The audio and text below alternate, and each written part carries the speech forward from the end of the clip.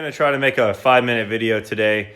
I'm working on another video of my intercooler piping and TIG welding for the first time, but I'm not done with that and I need to get a video up on Monday, which is today. I try to upload a video every Monday for now.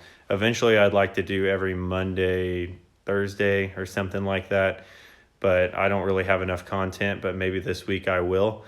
I'm gonna show you my shifter setup and I'm going to install the transmission today because I finally got my shift fork from FCP Euro and pivot pin and slave cylinder. So I got all that. I'm going to show you guys the wear in the shift fork, why to replace the pivot pin. Some people might not know these things even need replaced or where the pivot pin even is. And when you're running a stiff clutch like this, your pivot pin's probably going to smash a lot quicker. So I'll show you guys that, and I will show you how notchy the short throw is that I have and why I don't run a body mount. Let's try to get this in one take so I don't have to edit very much, and I'm trying to make a quick video.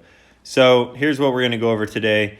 This is more to inform you guys more than anything. It's not necessarily entertaining, but some people forget about these parts or may not know these are even in your transmission. So this is a 250,000 mile clutch fork, and you can see where there, that's actually from the pivot pin, which is that right there, failing before or wearing out before. This is really old. This happened years ago, but that's where it actually would rub the pressure plate. And then you can see here where the throwout bearing rides, and it's really smooth and flat. And then the biggest damage is in here where your pivot pin actually sits on one side and then where your slave sits on the other side. They wear really thin. And if you ever look at these, you're going to see that the ends are kind of bent outwards.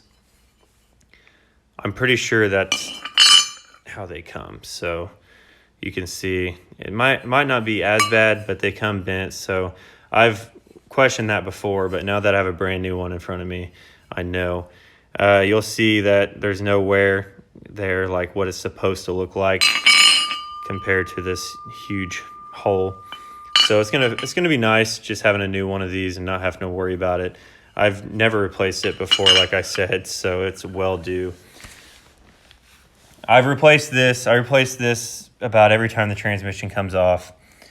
You can see it smashed. They smash like that. This one's still fine.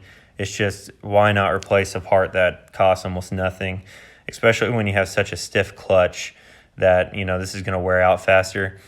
And you're probably thinking, well, I'll get a brass one or the stainless one. Well, those are horrible ideas because the brass ones smash really fast, and then the stainless ones will actually start to eat your fork a lot faster than this one will. So this is the way to go, OEM on that.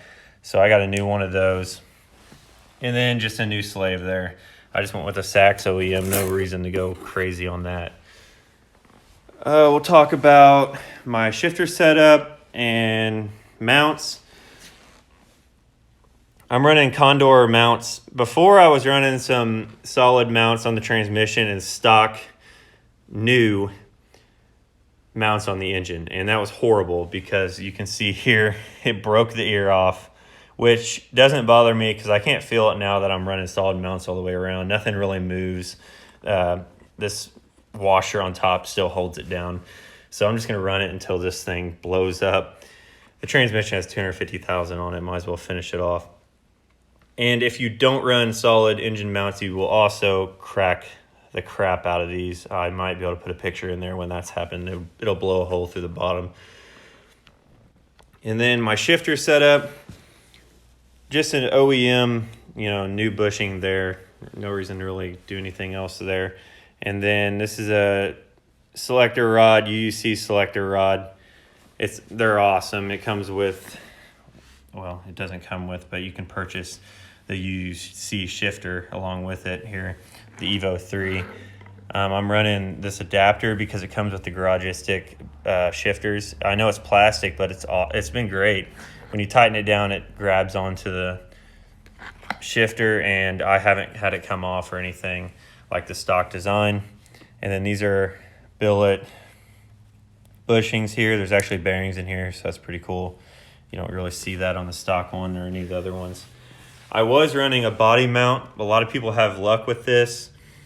This is the cheapest one, which people like. I hated it. I couldn't stand it. It might be because I came from this Evo setup.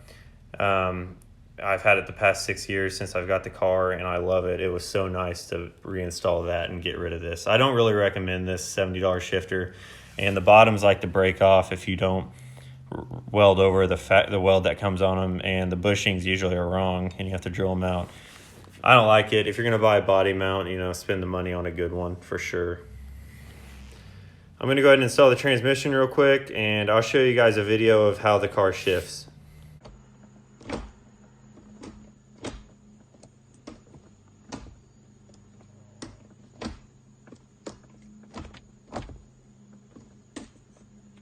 Like I said, just a quick video. I'll go ahead and end it here with a poor outro. Thursday, hopefully I get another video out about my intercooler setup.